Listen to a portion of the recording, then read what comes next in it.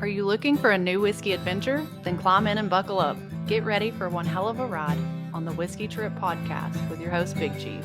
Join in as he and his guests explore whiskey and dive into whiskey stories from around the world. Now here's your host, Big Chief. Hey, it's old Big Chief, and yeah, you're taking another ride on a whiskey trip. And listeners, I'd say I got a great show for you this week, or a new show, but I don't. I'm going to remix one, and I'm going to honor a living legend in whiskey, a guy that has decided to kind of step back or step aside. He's not retiring, but he's going to take a break from the road a little bit. And I'm talking about Mr. Bernie Lubbers, the bottled and bond professor. He has earned that after 40-something years on the road as a comedian, as a whiskey ambassador for Heaven Hill. The man deserves a break. Hotels, it can be fun traveling, but it gets a little old sometimes. So, I wanted to honor Bernie and put this show back out for everybody to listen to watch. I am putting a video out on YouTube along with this video right here. So, just stick with me for another episode. I'm going to make this worth your while, though. I guarantee you that. Just listen to me, though. But let me finish about Bernie. Bernie has been that guy for me. When I called and said, Bernie, man, I got a charity I'm working with and I need some whiskey, he was there. He stepped up. Out of his own house, he would give me Heaven Hill products to help charities out, to raise money for good causes, mainly for veterans. But he was also there to make me feel like I was a part of the whiskey community and open arms and saying, hey, Big Chief, you are a part of this community. You are a whiskey. You're the voice of whiskey. And I really appreciated that. If you haven't seen Bernie perform, play the guitar, sing his songs, you're missing out. And I hope if you do get the chance, don't pass this up. I feel like in the next few years, guys like Bernie, gals, whiskey legends are going to start retiring or stepping back a little bit, and you don't want to miss that. And I thoroughly enjoy guys like Bernie and what they bring to the table. He is a true master of his craft. So Bernie, I'm drinking some of this Henry McKenna 10-year. I say cheers to you, my friend. Yes, it's bottled and bond. You can see that bottle right back there I got for you. But to honor Bernie's legacy, I also thought about doing a giveaway. And, I'm going to do this giveaway on Instagram. So what you got to do, I'm going to give away these two bottles right here, a Henry McKenna 10-year bottled and bond and an Evan Williams bottled and bond on Instagram. I'm going to pick two winners as I have did in the past couple weeks.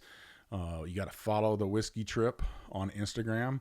You got to like this post for the podcast of the day of the podcast release, which is this Tuesday. You got to comment. And the comments need to be, what's your favorite bottled and bond whiskey? Or a comment about you and Bernie, or a story about Bernie, where you saw him at, whatever. I don't care. And for a bonus, if you share the post to your story or over on Facebook or to TikTok or anywhere on another social media platform, let me know. You'll get a bonus entry for that. You got to be 21 and you got to reside in the U.S. No purchase necessary. This is a giveaway. This is my whiskey right here. I bought it myself. It comes out of my stash. I've got too much whiskey is what Miss Viv says, so I'm going to share it with you. That's what whiskey's supposed to be about anyway, sharing. I'm going to choose the winners on the 19th. That's a Monday at 6 p.m., as that's when most of my giveaways will be announced. You gotta enter to win. I can't tell you how much easier than that is. Follow the Whiskey Trip on Instagram, like the post, and make a comment. What's your favorite bottled and bond whiskey? And then or a comment about Bernie. And then for a bonus, like I said, share it to your story or to another social media platform. Tag the Whiskey Trip, and away you go. These whiskeys will go out to somebody, two people. So, and then I'm going to have a giveaway the next week. So don't miss that. I'll probably do that one back over on YouTube to build my YouTube. Yes, I do have YouTube. So if you're listening and you're not watching, go over to YouTube and see what I'm doing. My niece, Kenzie, is really helping me out. I'm super proud of her. If you're looking for somebody to do your video or for some marketing, editing and stuff, Kenzie is your gal. She's super talented.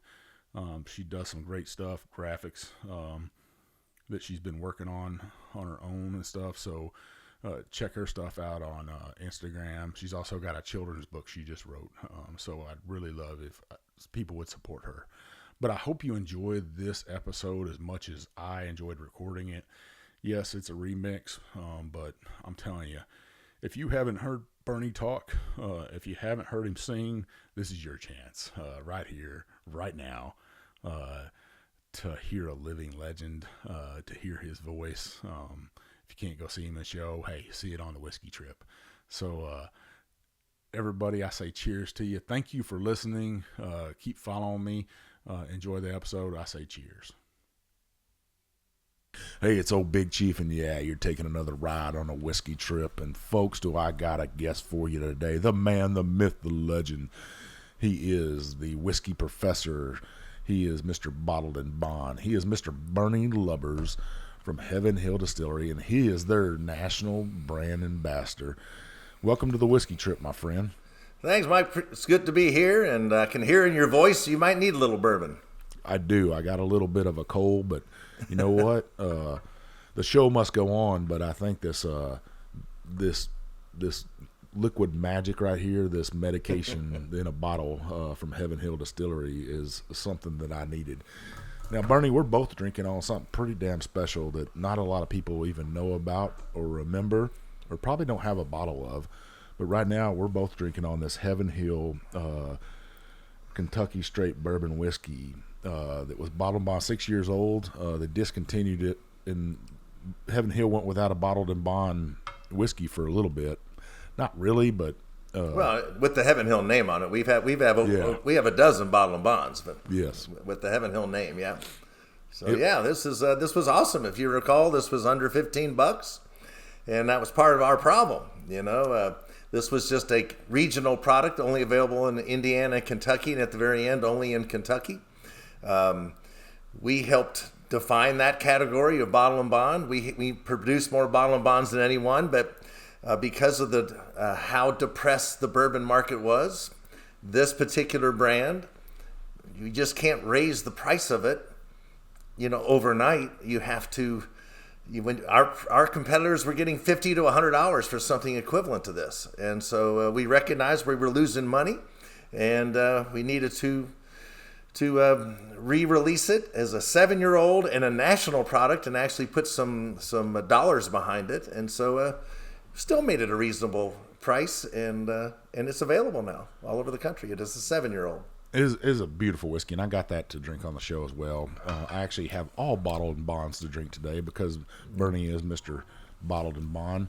And if you see right beside it, so you can't get it anymore, but right beside it I have sitting there is another bottle of my drink on here that you should have on your whiskey shelf, listeners. If you don't have it, shame on you, but J.W. Dant, Bottled and Bond. You can still get that. Screw cap. People laugh at me all the time when I tell them about it, but you're missing out if you don't pick it up. Absolutely, and that J.W. Dant and J.T.S. Brown, they're they're only available in 5 or 6 markets around the country, and quite reasonably priced, probably under $20. 4-year-old bottle and bond, and historic labels still there. We've never changed them at Heaven Hill. We keep those historic labels alive, so that's a great one. So, Bernie, you're the national brand ambassador for Heaven Hill Distillery. Now, how do you go about getting hired as a national brand ambassador? Well, in either case, I was kind of not fell into it, but I was kind of recruited into that position. So when I worked at Jim Beam in 2005, this is my 20th year now being in the whiskey industry. And I was hired to do events and promotions in the state of Kentucky for Jim Beam. And when I was doing that, they'd send you're just doing nightly events. You're not, but you're still sometimes doing staff trainings to bars and restaurants. You're doing events at liquor stores, standing behind a table talking about the products. So you had to know about the products and learn about the products. I was not in the industry before that, but I could talk to people. So that's how I was hired on that job. I was a stand-up comedian for 20 years. So I can learn the stuff, but I could also present it, in an effective way. While I was doing that, because I was a stand-up comic, I kind of look at things a little differently, and I was like, gosh, I don't think people really, at this juncture, bourbon was not a big selling item in 2005 and 6 and 7 and 8 and 9 and 10. So I was like, well, I'm not going to tell people how we ferment it and what temperatures we distill it at, things like that. That's a little, I figured you made good stuff. Tell me about it. So I started talking about words on labels. What the word Kentucky straight bourbon whiskey, what bottle and bond meant. And people seemed to resonate with people, and it also resonated with the brand manager at Jim Beam, who was in charge of Knob Creek and the small batch. And sometimes luck and timing have something to do with your success as in any career.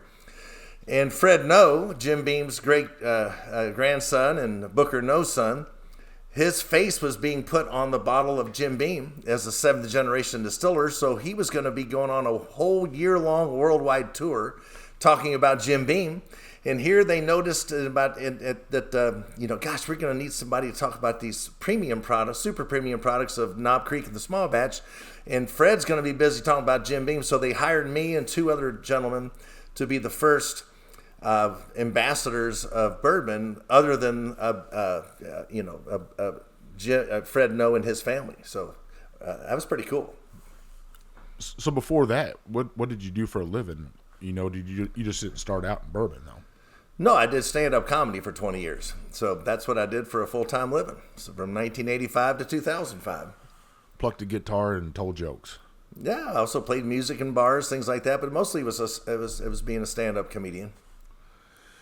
So how did you get from Jim Beam over to Heaven Hill? I mean, they're right down the road from each other, really, technically. A lot of people don't think that, but they are. Absolutely. So at the time, Jim Beam was going through growing pains, and they were also kind of put on the market, if you will. Remember, they were part of a big conglomerate that owned Titleist Golf and Cobra Golf and Aristocrat Cabinets, things like that. And so they were kind of held out on their own.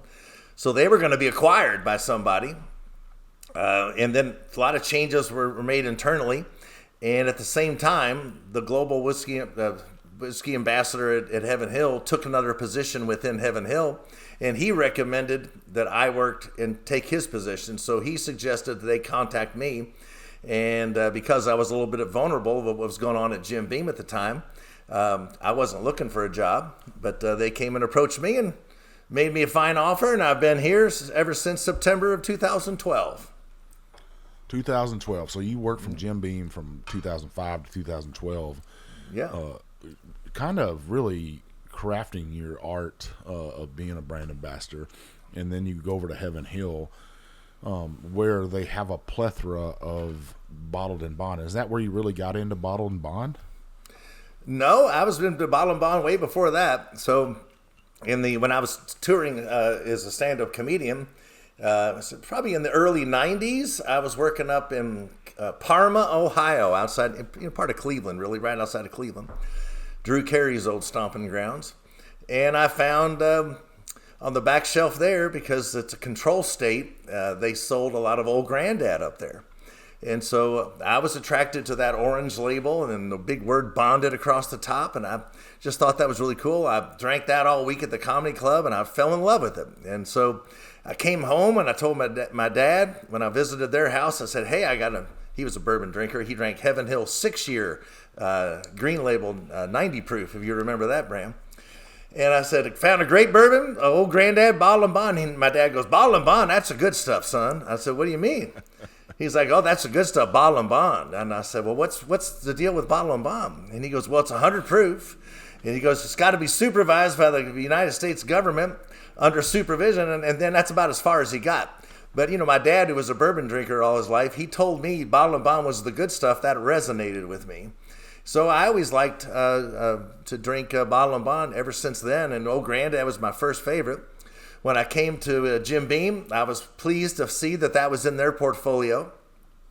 So Fred Noe would laugh at me because he'd sign bottles of Jim Beam and Knob Creek and that, and he'd go, why don't you go over there and sign them Old Grandad bottles, because it didn't sell all that much. So I would love sign Old Grandad bottles, and it's funny when I left Jim Beam, Fred gave me a signed bottle that he signed of Old Grandad for me. So when I came over to Heaven Hill and they had a dozen, so you got your J.W. Dant, your J.T.S. Brown, T.W. Samuels, Heaven Hill Bottle and Bond. We had Henry McKenna, which was my first favorite when I came over to Heaven Hill on a blind tasting. That was a Bottle and Bond. And just a bunch of others. And you're like, what? Mellow Corn, Rittenhouse Rye. I mean, different recipes. I was like a kid in a candy store, man. So it was just awesome to have so many Bottle and Bonds in the portfolio. Well, let's talk about Bottled and Bond. Tell our listeners that don't know, for new listeners out there, what is Bottled and Bond, and why is it important for a listener to know that, and to kind of educate the consumer? Yeah, so everybody wants to know when you're spending money, what you're spending money on.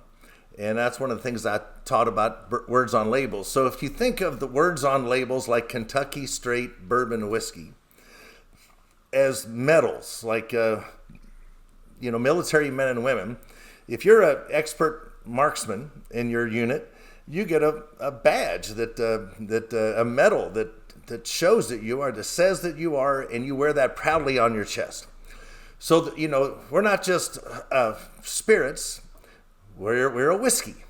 So whiskey has its own category and its own laws. We're not rum, we're not vodka, we're not gin, we're not brandy, we're whiskey. So you got to earn that whiskey label. You got to be made from grains. You can be distilled up to 190 proof. It must be aged in oak. So there's laws, there's rules. So you earn that medal of whiskey. Then you've got bourbon whiskey, rye whiskey, corn whiskey, wheat whiskey. So those have different degrees and percentages of grains. If you're corn whiskey, you must be 80% corn or higher. If you're bourbon, 51% or higher. If you must be aged not just in oak, but in brand new charred oak. So there's a lot more. It's harder restriction to achieve. So when you achieve the bourbon medal, you get to wear that on your chest or your label. Then straight has to be aged in the appropriate types of containers for a minimum of 2 years. So it's an age statement. So that's another medal you earn. And then Kentucky is the state of distillation.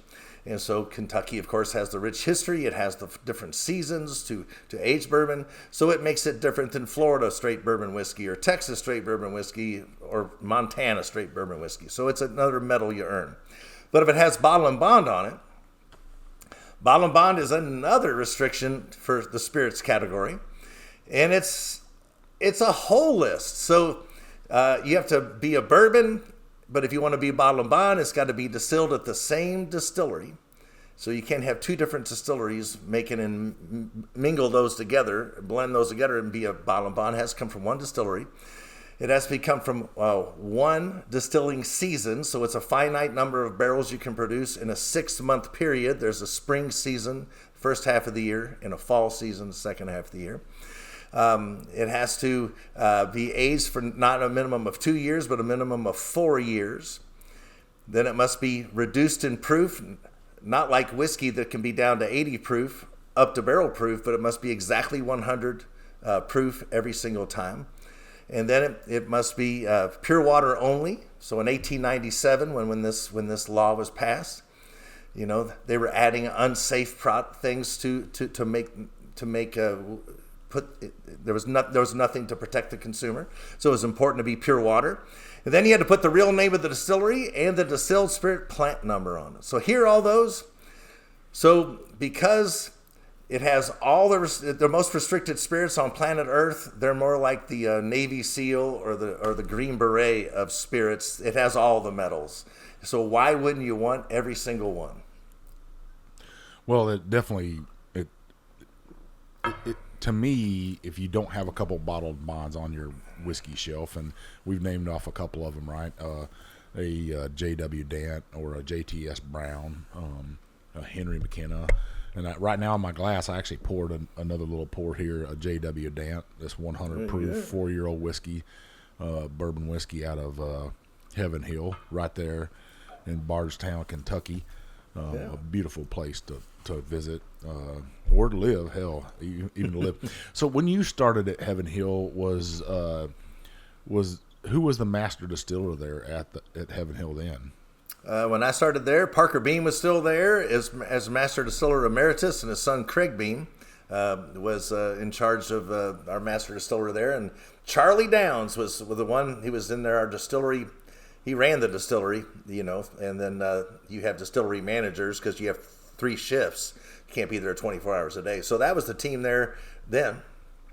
Wow. I mean, you just named off some heavy hitters in the game right there. Parker Beam, who would be on my Mount Rushmore of people that I've worked with, and just an honor and pleasure to, and he gives you his number and says anytime you got a question, just give me a call or text me. And Parker was travel with him to Whiskey Fest, and he was hilarious. He was just. I mean, remember standing at a table at Whiskey Fest in New York, and people coming up and saying, "Boy, Parker, I really like this Evan Williams single barrel vintage. That was his baby. He loved it." And he goes, "Oh, thank you." He goes, "It's good." He says, "What do you like about it?" He says, "Well, I get a hint of green apple in that last single barrel you had there, Parker." And Parker said, "I didn't put no damn green apple in there." He says, "I just put corn." And and the guy would look at him and he said, "Son, that you might taste those things in there, and that's great, but that came from the barrel and that came from the aging." He says, "But I didn't put no green apple in there." See, I love hearing those stories like that from people that, he was very particular about the way you talked about his whiskey that he made. And he wanted people to know, hey, I didn't put no damn green apple in there. Yeah. And those old timers, they did that. Like, he and Jimmy Russell speaks that way too. Parker Beam said the same thing. He says, people say, "What do you get in that bourbon, Parker?" He says, "I taste good bourbon." That's all he'd say. A distiller is looking for what's not supposed to be in there. So as long as there's no off notes, as long as that's not in there, they deem it good bourbon. Yeah, I think a lot of people would be surprised what distillers of that age, Parker and you said Jimmy Russell, what they would consider a good bourbon and how old that bourbon would be. I would almost say that those folks wouldn't like a super aged bourbon, like something that's, I got a bottle of bourbon here. I'm going to drink my last pour here today, but this is a 19-year-old Old Fitz bottled in bond. Yeah. I don't know that those gentlemen would like that because it's heavy oaked. Well, you're absolutely right, Mike. When I worked at Jim Beam, Fred No told me that Booker, his daddy, said that he didn't 9 years was the oldest he would go. So if you noticed in the Jim Beam portfolio back then, Knob Creek was the oldest age stated product they had in the whole company. So nothing over 9 years old. Baker Beam, to this day, tells me, Bernie, nothing over 7. Right? So that's why Baker's is 7, because Baker pulls those barrels from the high storage. So in his world, he's right. Because it wouldn't work well over 7 years old if you bring him nothing but high storage. Booker knows not wrong. Nothing over 9 years old. But Parker didn't have that. So Parker was an outlier because he was told by Max Shapira over at Heaven Hill, who owned and ran the company. Parker was the master distiller. Max never told Parker how to make whiskey. Parker never told Max Shapira how to sell whiskey. Right? So Max just said, bourbon world's hadn't been going gangbusters. And in 1986, they wanted to come out with Elijah Craig, and Max was tight. And like most distillers of the time, most people didn't want older whiskey. Like Jimmy Russell will tell you, he likes 6 to 12-year-old. So you had Booker No saying 9 years old, Baker saying 7. Jimmy Russell, nothing over 12. And the consumer was like that. My dad drank 6-year-old Heaven Hill, and I said, Dad, why don't you treat yourself, get some Elijah Craig, it's 12 years old, some Knob Creek, it's 9 years old. My dad looked at me like I was crazy, says, son, I don't trust a bourbon over 6 years old. And I said, what do you mean over 6 years old? Trust, that's a big word to use. He goes, hell, if it's over 6 years old, trust me, that's just the shit they can't sell, right?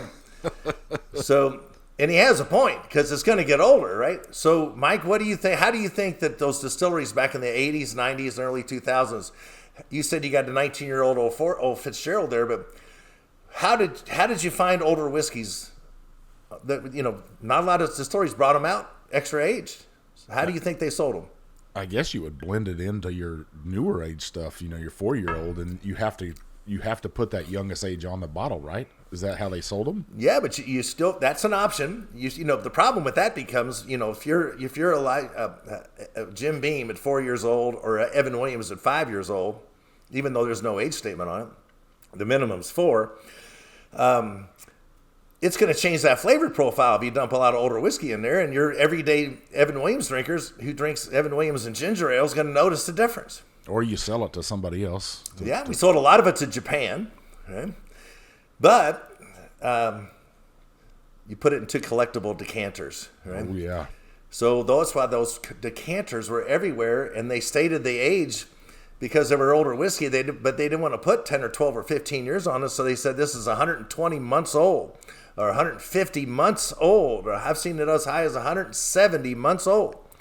Well, that's that, So, but people bought the decanter, they didn't buy the older whiskey, and that's why a lot of times until just a few years ago, those decanters were still full of whiskey because people didn't buy it for the whiskey. I actually just found one of those in the mountains of Georgia. It's a Indianapolis race car, and it's filled with whiskey, and I thought about buying it. It was $150, but I couldn't figure out the age of the whiskey.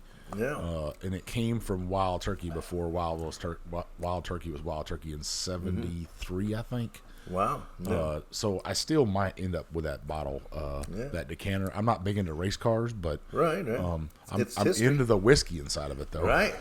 And I bet it was older whiskey because they didn't. If it's over 4 years, 4 years or older, you do not have to put an age statement by the law. If it's under 4 years, you must put an age statement. There's no age statement on it. Yeah, so it's at least 4, but they probably put older stuff in there because probably wasn't selling back then. But Max told Parker, find the best 12-year-old whiskey and put it into the Elijah Craig because Max was tired of spending money on decanters, which were expensive. You had to hand bottle those. If you dropped a couple of them on the filling line, that's expensive. So that's what Max did, and Parker didn't say, hey, I don't like older whiskey. He just never got in Max's way, and Max just said, find great 12-year-old barrels, and he did. And then as the shit got older in the early 90s, they came out with Elijah Craig 18-year-old, right? Because, what are you going to do with older whiskey? So that's how Heaven Hill started producing older, age-stated products and almost helped define that space, and then Julian Van Winkle got into that world, and Willett got into that world around the same time because stuff got older, and that's when single malt scotches with big age statements, it started taking people's fear away from bourbon because bourbon does age faster than scotch. So an 18-year-old bourbon is going to taste way different than an 18-year-old scotch. They don't get 100 degrees in Scotland, and they don't get below 0. We get both. So we get magnified aging, if you will, or accelerated aging. It still takes a long time to make whiskey, but just for every 4 years in Kentucky, it only takes about 2 years to get the same age. I mean, opposite. Opposite, yeah. Opposite. I get what you're saying. Yeah.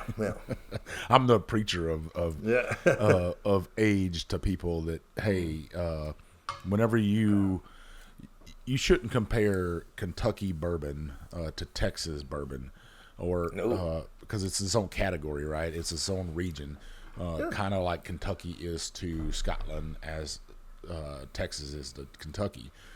Two different regions, 2 different areas, and you got to respect each for their own. Absolutely. And what that climate brings. I poured me another glass, Bernie. I got this. Man, you must be feeling better. My throat's feeling better. How about that? Look at, you're miraculous. Yeah. I got this bottled in bond right here, this Heaven Hill 7-year-old. And I remember when this came out, it was shock and awe.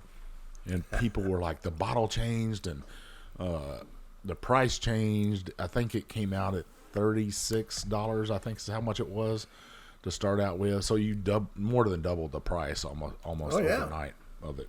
Absolutely. But, it was shock and awe in Kentucky. It was not shock and awe in Texas or California where they never had it. That is true. We got it here now, though. We got it here now. Yeah, absolutely. And now we're getting ready to come out with a 7-year age-stated Old Fitzgerald that will be coming out at the same price point, $59, and 7-year Old Fitzgerald bottle and bond, and its own really classy decanter type bottle. Really? Mm-hmm. And that's going to be like nationwide or just Kentucky? Nationwide, we don't know how. Of course, it'll be smaller when it launches in May, and we don't know how it's going to go over. If people, the industry's softening a little bit, and we don't know if it's going to make it to the shelf or not. The idea is to, after the next few months, will be like Heaven Hill Bottle and Bond and be available every day on the shelf. So you're giving consumers actually what they want. They want something that's every day on the shelf, that actually drinkers that are going to drink the whiskey, because there's only so many whiskey collectors out there. Right. And that's part of the, what people are, nobody knows the answer of why, when I started my 2005, as I told you, there was 10 distilleries in Kentucky. Now there's over 100. There was, let's say, I'm going to count 4 outside of Kentucky. 4. So you've got A. Smith Bowman, which wasn't a big producer then, isn't a big producer now. But back then it wasn't even making Smith Bowman, it was making Virginia Gentleman. And then you had Dickel and Jack Daniels, which are not bourbons, but they're there. You got to count them. And then you had MGP in Indiana, which wasn't even making bourbon at the time. But you got to count them. They're in the game. So that's it. 14 distilleries. And now there's 2,600 outside of Kentucky and 100 in Kentucky. So we know that can't keep going. It's got to adjust. And we're going through one of the first adjustments after the boom, right? Yeah, you're right. I really wasn't going to bring up the boom, but because some people I've noticed are really affected by the boom. A lot of people are losing their jobs right now. Right. There's a lot of people laying people off, shifts getting laid off, and those, it is family members. It's mothers, daughters, brothers, sisters that are losing their jobs there, mainly in Kentucky. But not only here, I think not only here's feeling it, but you see news of distilleries in Scotland and Ireland also closing their doors or shutting down shifts. So is a whiskey going to feel it? Is it, or you're going to go back to the 1980s again? Well, what do you think's eating into it? And it's not the bourbons over at our friends at Brown-Forman. It's Jack Daniel's sales are down. Mm-hmm. You've got Scotch whiskey sales are down because, how much is a bottle of Scotch whiskey? $75 to $125, just for something that's a single malt. And if you're going to still buy something you're going to drink every day, it's going to be $50. Well, you can buy an Evan Williams for $15 on the shelf. Or a good bottle and bond for like J.W. Dant for $17-18. So what's eating into the sales of Jack Daniels? Well, bourbon, right? Whiskey drinkers are going and drinking, putting more. As I say, the life sentence of drinking is over. People used to have a life sentence, and people my age to a generation or two below me and above me, that's how they drank. They drank one thing. I drink Jack and Coke, and that's it. I drink Captain and Coke. I drink Bacardi and Coke. I drink Tanqueray and tonic, and that's all I drink my entire life. Well, younger people don't do that anymore. They have a go-to or two, but they don't. They drink styles. Like, people drank Bud, or they drank one brand, Coors or whatever.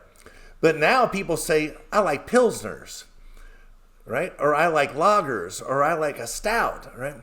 So, and then they want to try everything in that category. So I want to try every Pilsner if I like Pilsners. Well, whiskey's the same thing. If you like wheated bourbons, you might want to try them all, right? If you like bottle and bonds, that's another subset. If you like high rye bourbons, you might want to seek out them all. So now we've got so many, it's not brands you're looking for, it's flavor profiles. And I think people are starting to figure out what they like. And if you have a distillery that has a house style to make a lot of good bourbon that's not $100 a bottle, you're going to be doing okay. But if you don't, you might be in trouble. Well, I think another thing that's eaten into it is a lot of these craft distilleries out there, the small mom and pop joints that were making whiskey. A lot of that whiskey is really coming of age, 6, 7, 8, 10 years. Mm-hmm. Their whiskey has finally gotten older to where somebody can't say, oh, that's young whiskey.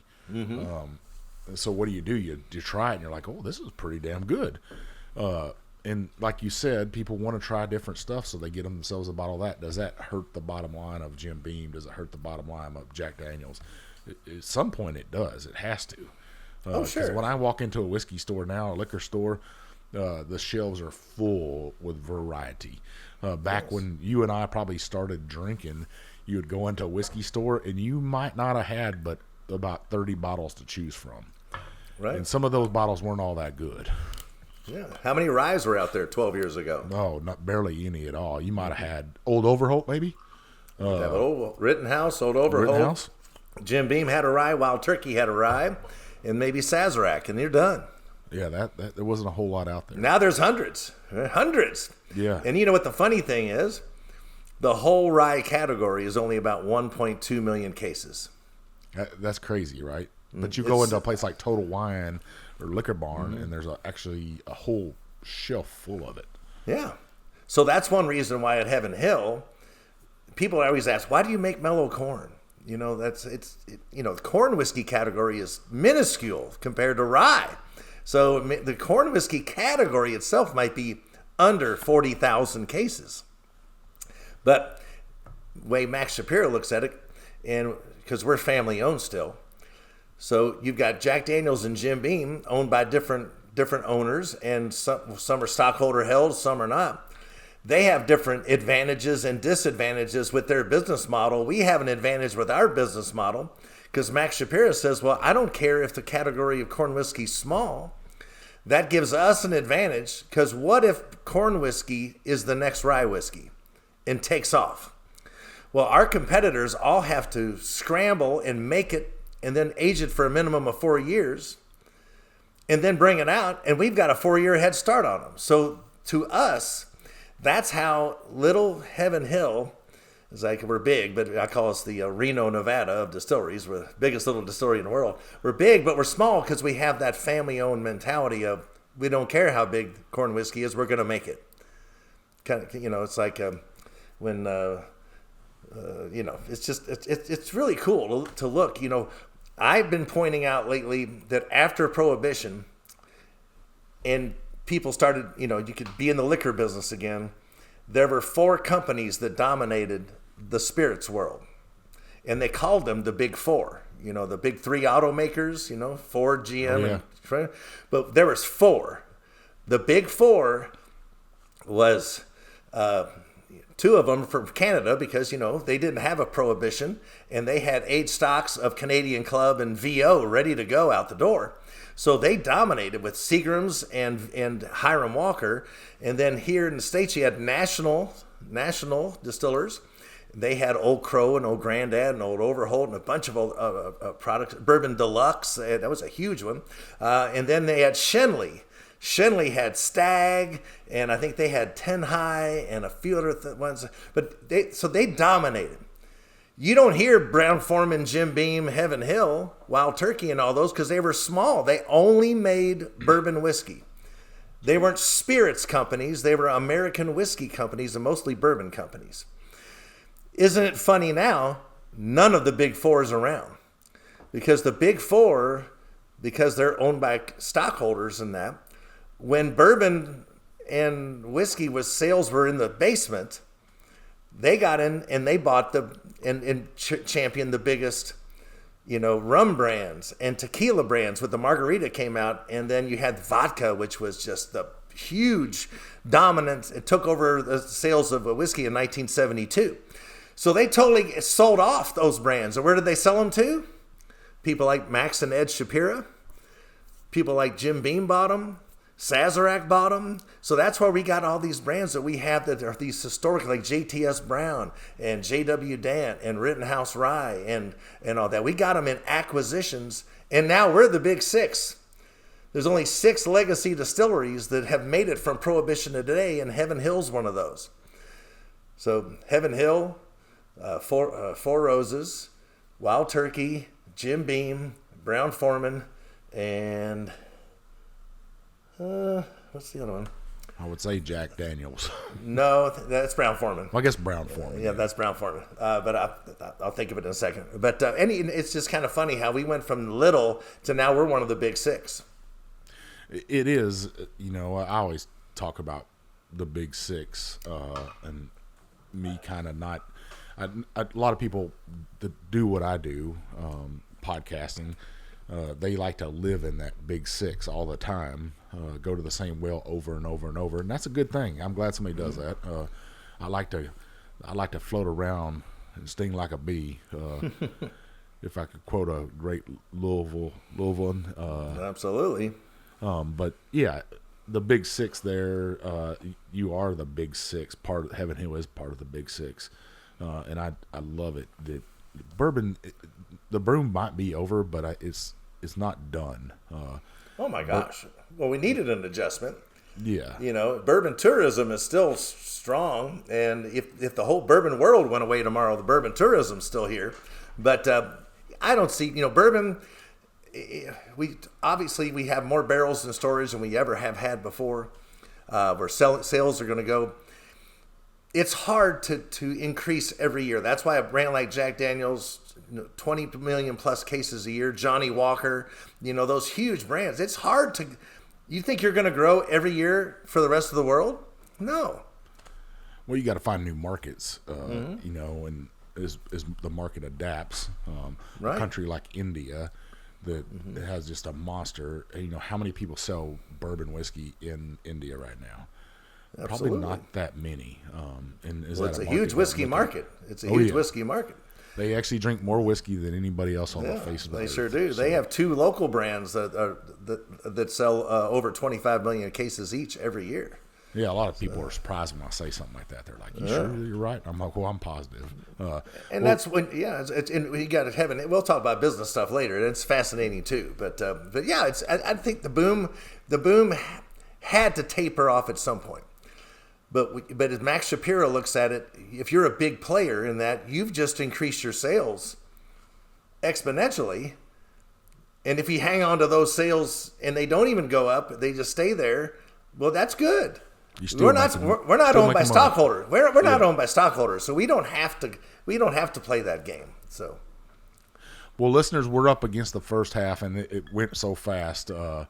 We did go a little long, but that's how good conversations are supposed to go. That's right. And anytime I get to sit down with Mr. Bernie Lubbers and have a conversation about whiskey, it's a great day. Well, you stick with us, listeners, and we'll be right back. Seldom Seen Farm, bringing bourbon barrel-aged maple syrup goodness from everything from pancakes to whiskey cocktails. Seldom Seen Farm in Northern Ohio has something magical for your whiskey cocktails instead of that old basic simple syrup. Kevin Holy and his family are harvesting the sap from over their 5,000 maple trees and turning it into something delicious, maple syrup. He then goes a step further by aging in bourbon barrels for 6 to 9 months. That's right, bourbon barrel-aged maple syrup. Shh, don't tell Miss Viv, but I love to pour it over my buttered pecan ice cream. Visit them at seldomseenmaple.com. All right, listeners, we're back for the second half, and I got the whiskey professor, Mr. Bottled and Bond, Bernie Lubbers, on with me. Bernie, I just poured myself some of this old Henry McKenna 10-year-old Bottled and Bond right here. This is actually an old bottle right here. Is that the felt? The felt bottle? No, it's not that old. Okay. But this was this was barreled in 2009. Oh, wow. So this was before you went to work there. Yeah, I was at Jim Beam at that time, and so 2009. So yeah, I was traveling, spreading the word of Knob Creek and the small batch. So this would have been released in 2019, and that was, what year did it win best whiskey in the world? I believe that was 18. So this is when it really did get hot and heavy then. And you could buy this back then. You could buy this for, I think it was $39. Oh, I bet. Good bottle of whiskey. And one of the notes that I always get out of Heaven Hill is I always get like this peanut brittle. Yeah. You know, a good peanut brittle to me is almost when my grandmother would make it. I don't know. She'd be in that kitchen cooking. Get out of the kitchen, boy. And she'd pour the peanuts out on the table and then pour that hot stuff on there and make some peanut brittle. And we just couldn't wait till it got hard and cracked open. But that's what I get in this, peanut brittle. Now, Parker would say, I didn't put no peanuts in there, boy. Yeah, I could see somebody saying that. Was it, you coming into that industry and starting to meet those folks like Parker Beam and stuff, did you ever get like starstruck of like, shit, I'm getting to meet Booker No, I'm getting to meet Fred No, I'm getting to meet Parker Beam, these legends?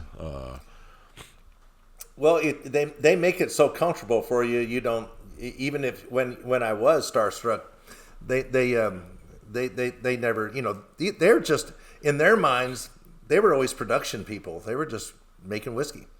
It wasn't until the bourbon boom hit and people were really wanted to they became the stars that they should have been all along. But they're so humble and so unassuming. They made it very comfortable even when I was starstruck. I never got to meet Booker No. I only got to meet and work with Fred. But, he's an icon on his own. And Baker Beam. And like I said, I remember going to my first Whiskey Fest in 2006 in New York City.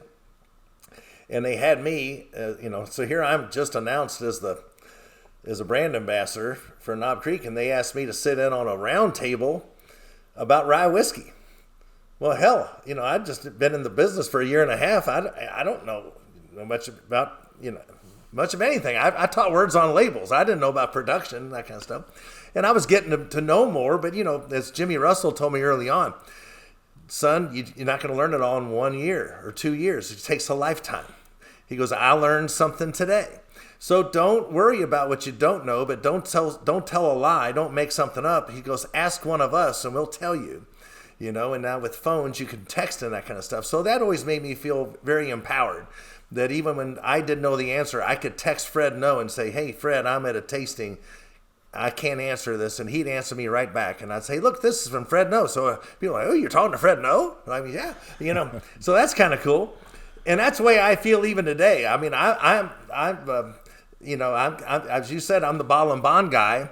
There's an old saying, what are you going to be famous for? And how am I going to stand out with Fred No and Jimmy Russell and Eddie Russell and Parker Beam? I'm not a family member. I'm not a distiller. So I said, I got to find what I like and passionate about. And I was passionate about bottle and bond. So I made that my thing, my specialty. Right? So it took about 15 years, but now I'm recognized as being, a bottle and bond guy. But I don't know everything about wood science. And I'm fascinated to learn more. But I do have Andrew Webrink in my phone at Independent Stave. He's in charge of innovation. And anytime I got a question, I just text him. And it's fun for me to learn through a question of a consumer. Or if someone's asking about fermentation process in that science, I can text our master distiller, Conor O'Driscoll, who's just a yeast nerd, right? And he gets right back to me because he knows I'm with a customer. So until I hate the term fake it till you make it, but you don't have to know everything as long as you know everybody that does. Well, I think you hit a nail on the head there. You've actually created over 20 years. You've created a network of people that you can rely on. And some people ask me like, hey, Mike, how do you know all that stuff? Well, I've created a network of friends and acquaintances through whiskey. over the past 7 years that I can rely upon, and I've built some trust with those folks, mutual respect, and they're like, man, he's really part of the whiskey community. He appreciates it, he honors it, he does the right thing, and so forth. We'll make sure that he has the right information, and that's a nice thing. You were in the break, we were talking about you hanging out with a couple folks and stuff, and last night, listeners, Bernie texted me and says, hey, Mark says hi, and he was talking about Mark Carter from Old Carter Bourbon and stuff, Old Carter Whiskey, and that's the circle you run in and stuff. And I tell you this, Bernie, we were in New Orleans last year together at the New Orleans Bourbon Festival, and I was talking to you between seminars. I had a seminar, and then you had a seminar, and I was up there talking to you, and then I went to the back of the room, and one of the people that were in my seminar, and they were going to go to yours as well, they came up to me and they were like, man, do you know him? Do you know Bernie Lubbers? And do you know him personally? And I was like, yeah, I do. And they were like, man, I would love to meet him. And I was like, just all you got to do after the seminar, I said, go up there and just walk up to him and shake his hand. And I said, he's very approachable. All these people here are, they put their britches on just like you do.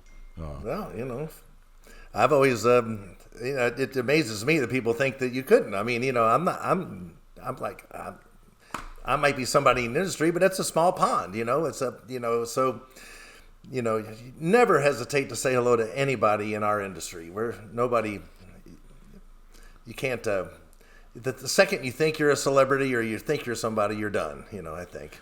How many, let's talk about your travels a little bit. Yeah. How many miles do you do a year? You got to be putting on like over 100,000 miles a year. Oh yeah, I mean it's got to be. I never really sat down. I do. Looking at my Marriott app, it's sometimes staggering. You look at it and it says, "Hey, now you're lifetime platinum." And I'm like, what is that? Platinum. There's titanium's a high, and I am titanium. That's spending 75 nights or more a year at a Marriott. And I stay at Hilton's and boutique hotels and whatever. So I hit titanium every year, 75. But then I looked and saw it says what lifetime platinum is. So in the last 18 years, I've stayed 1,048 nights just in Marriott. So that's over 3 years. Wow. And then that's not counting Hilton. That's not counting Hyatt's, or that's not counting, a one-off boutique hotel, which I stay at a lot too. So yeah, it's a lot of travel, but you can't burn out. You have to. We learned that if COVID had a positive, we learned we didn't have to chase our tail like we were before. So before I was, traveling 3 to 4 weeks a month in the air. Now I said, no, I'm not going to do more than 2, because there's a lot of work I can do right around Kentucky with 2.5 million people coming in every year in the Bourbon Trail and customers coming to see us. I need to spend more time here because I can reach as many people here. And then I go all over the country, but New York or Florida or Texas or California, and then I have 3 other people on my team that help cover the country too. So Jack Choate's out on the West Coast, although he does stuff all over. And then we just hired a new member, Adam Edwards. He came from Heaven's Door, so he was stuck at the door. Now we let him into heaven. All right, so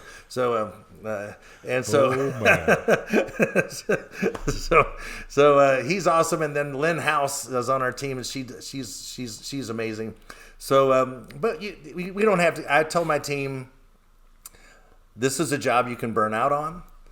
And it's a lot of making small talk with strangers. You'll never see the rest of your life. That's another skill you've got to learn how to be good at. And you'll meet some of the most fascinating people on the planet if you just let yourself be yourself and let those people be themselves. And but it's not for everybody. But it's if you don't like to travel and you don't like to talk to people, I would suggest another. And if you don't like to drink whiskey, right? Right. And that's another thing. You got to drink it. You got to, be responsible. You can't get out of hand. You can't miss flights. You can't miss just because you drank too much the night before. You've got to regulate yourself. You've always got to take care of your health. There's a lot of things to it.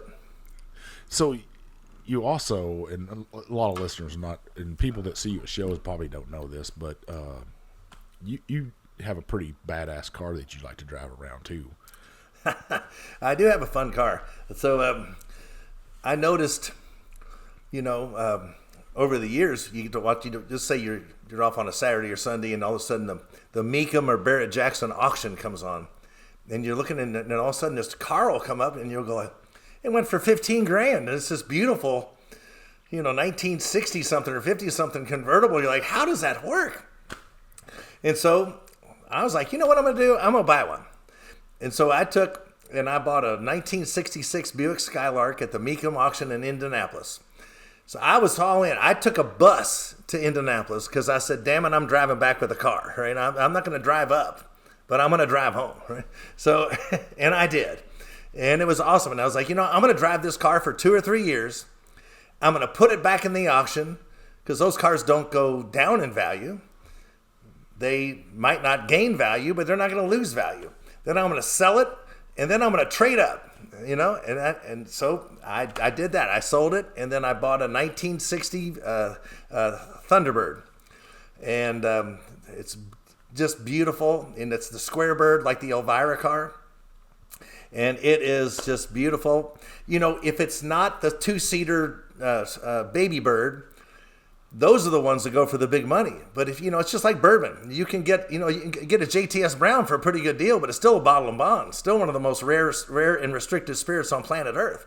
And a 1960 Thunderbird, you might only have to spend $25,000 for it or whatever. But to me, it's not how much it's. I have gotten $1 million worth of enjoyment driving that car around.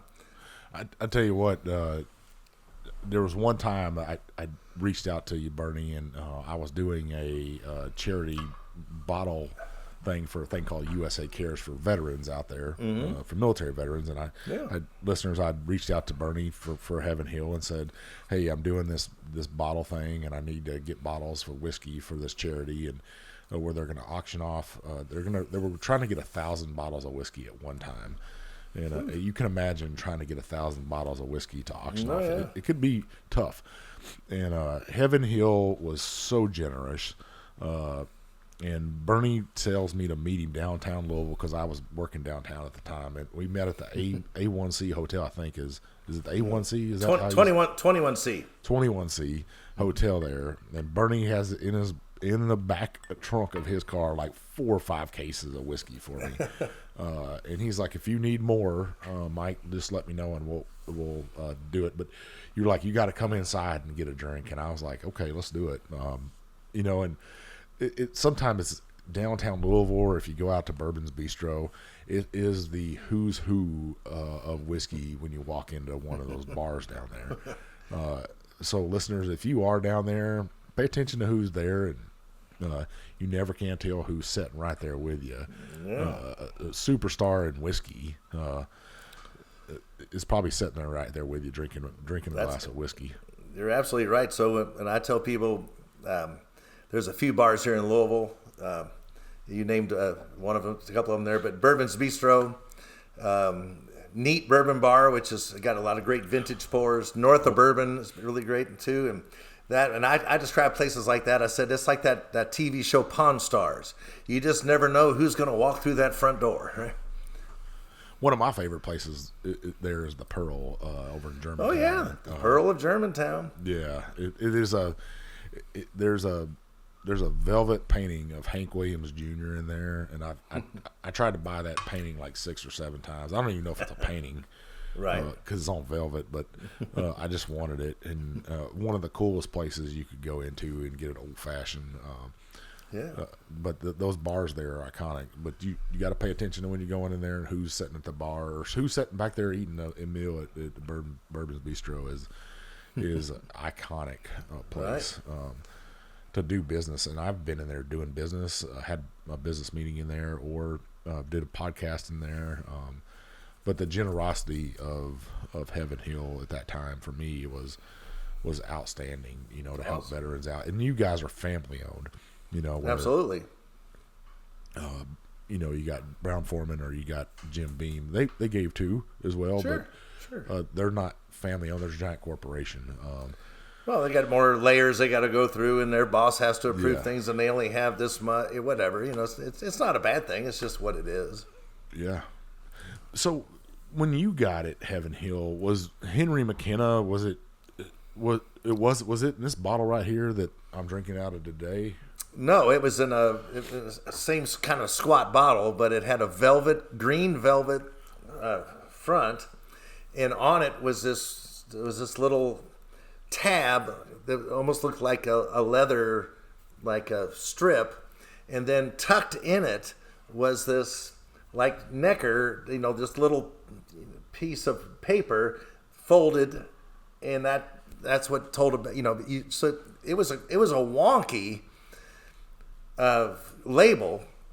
They called it the arts and craft bottle. That's what the collectors will call it.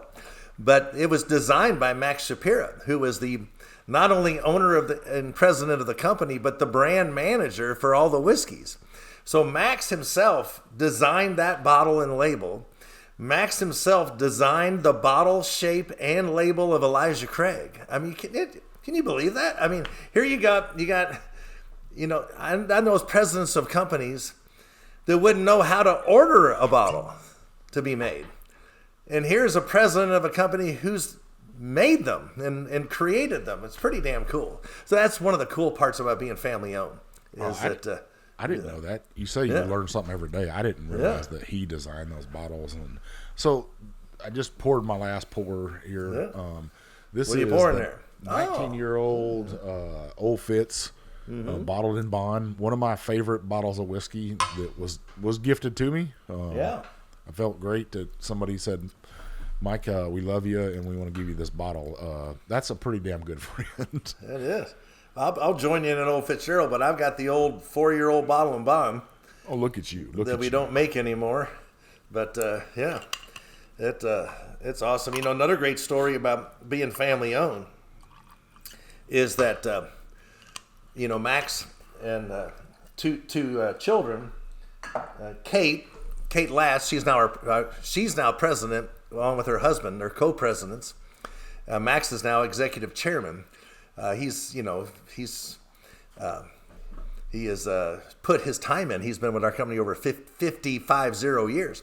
So he's still at the office 6 days a week. He says he's never worked a day in his life, but he loves it that much. But and she and her brother Andy, they were children. So you know how they used to put coupons on bourbon and it said send this in and you'll get $5 back or $2 back or $20. So back then, this is they were kids. And Heaven Hill, which was already a value brand, that's why the Heaven Hill was undervalued at $13, right? Because Evan Williams and Elijah Craig became the more premium brand. So the Heaven Hills, they were cheaper in price, not in quality. And so, but they would offer $2 off, right? So Max, being a distillery owner, and going, how are we going to send? Do you send?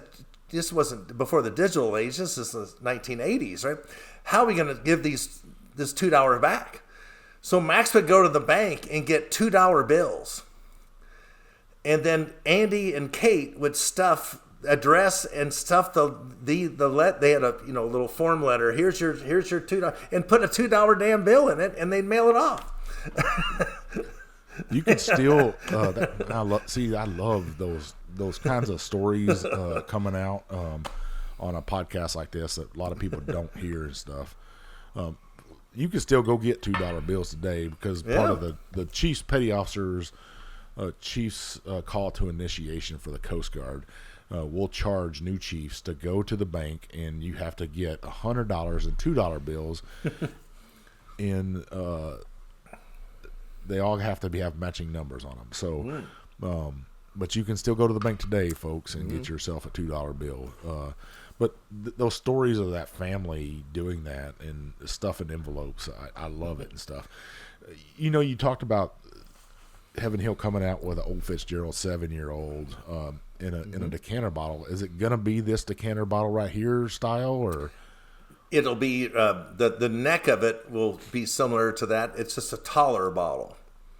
And are these releases still going to come out like this one right here, or are they going to discontinue it altogether? No, these are going to continue. That was supposed to only last 5 years.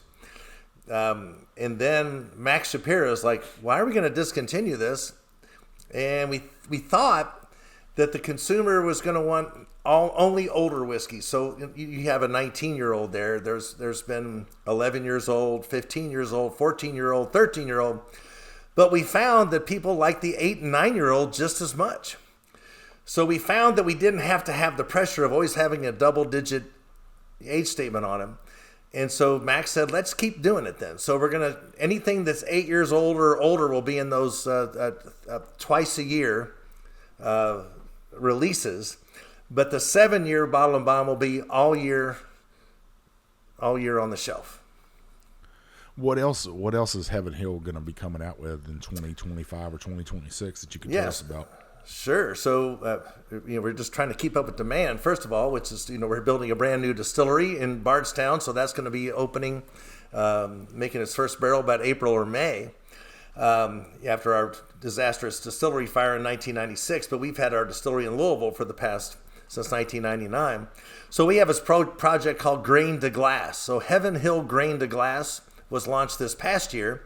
And that's where we teamed up with Beck's Seed Company, which is a third-generation company, and also Bernard Peterson Farms. And so the Bernard and Peterson and his family plant the grain, and it's an heirloom corn and heirloom other grains that we're going to be using in each series every year. So the 2025 Grain to Glass will be coming out this spring.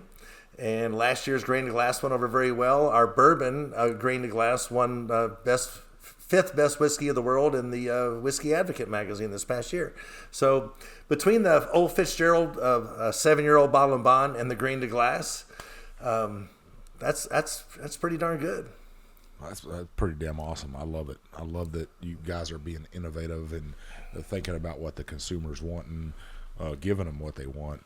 Always being a value brand, I still think that that you can get JTS Brown, that you can get JW Dance still at a fair price at 4-year-old whiskey is amazing. And then now that you're seeing the more Henry McKenna bottles on the shelf, I think the 10-year-old is an amazing thing. And that's not because it's not selling as much. That's because 12 years ago, when I first started, we added 4 new fermenters to Bernheim Distillery, so we increased our capacity. So isn't it funny it's taken 11 or 12 years to see the results of increasing capacity? Well, it takes time, and you got to see the fruits of your labor. It takes a while in whiskey for sure. Yeah. And talk about weeded bourbon. For me to see an Old Fitz 7-year-old weeded bourbon come out, oh my God. You were talking earlier on the first half about people wanting to drink all the weeded bourbon in the world. That's me. I want to have every bottle on the face of the earth. So I'm super excited. Well, Bernie, you're also a very, very great musician. I mean, you're a very talented man, and you've got some songs that you've written about whiskey. Could you play one for the listeners? Sure. So I've got a bluegrass band, and it's called the Bottle and Bomb Boys.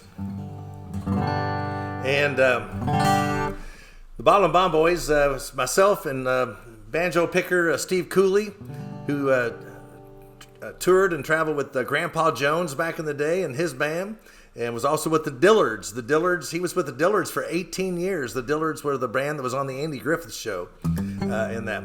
And then Jeff Faith's on bass, and I pick guitar and sing, and I'm also the driver of the Winnebago for the Bottle and Bomb Boys. And this is an original song that I wrote called Distiller's Row. And in the song, I mentioned 29 bourbons that help tell the story. So when you come to Kentucky and visit our different distilleries, you go down to Bardstown, and that's called Distiller's Row is the name of the North 3rd Street. That's where all the distillers live. So that's why I call it Distiller's Row. My old granddad, he passed away, but he lived 94 years to the day. He's laid to rest right up on Heaven Hill with a spray of 4 roses on his grave. See how it works? He'd drink a quart each and every day of some good store-bought Jim Beam.